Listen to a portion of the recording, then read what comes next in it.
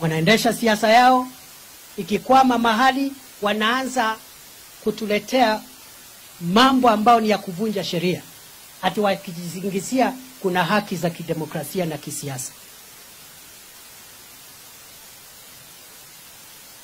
Siku ya Ijumaa kulikuwa na watu wa siasa wamefanya kile waliita maandamano. Tumepoteza watu 6 ambao wameuawa katika sehemu nyingi katika Kenya, eti walikuwa wakiandamana. Tuko na maafisa wa polisi pia ambao waliumizwa na mawe ambao walipigwa nao na wananchi ambao walikuwa wanasema wanaandamana. Wengine wanasema katiba inasema kuna uhuru ya kuandamana. Ni kweli,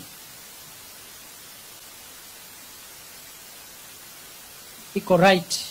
Kama upendi kitu, mambo ya siasa, enda pale uandamane. Kama ni mambo ya bei ya bidhaa upendi, enda sema pale mambo ya bidhaa nini kwa mkutano, useme vile unataka na useme siku ile utachaguliwa vile utafanya, alafu uende nyumbani. Hiyo ndio maandamano ambayo imekubaliwa. Katiba inasema wale watu ambao wanaenda kufanya mambo yao wasibebe silaha, wasiumize watu, wasivuruge amani ya taifa. Imekuwa mtindo kila wakati kukiwa na maandamano, tunapoteza maisha ya Wakenya. Saa ingine tunaumiza polisi, wengine wamekufa katika ile maandamano ya Februari, tulipoteza afisa wetu wa polisi.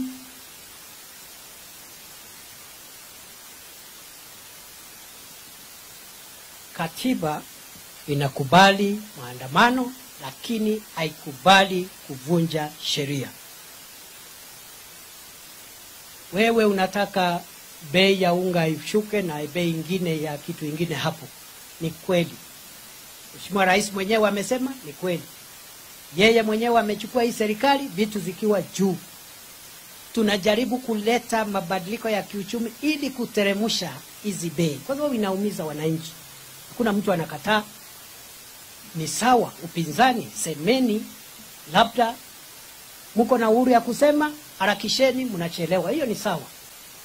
Lakini kuchukua mawe uende ufunge barabara ambayo inasafirisha abiria, mtu anapeleka vitu yake sokoni, unafunga barabara, unawasha moto, unaenda pale unaibia duka ya mtu ambaye hana hatia, anatafutia watoto wake riziki, unatoka hapo unasema tuendeni mjini katikati, unavuruga amani, unachoma magari ya watu ambao wamenunua magari kupitia loan.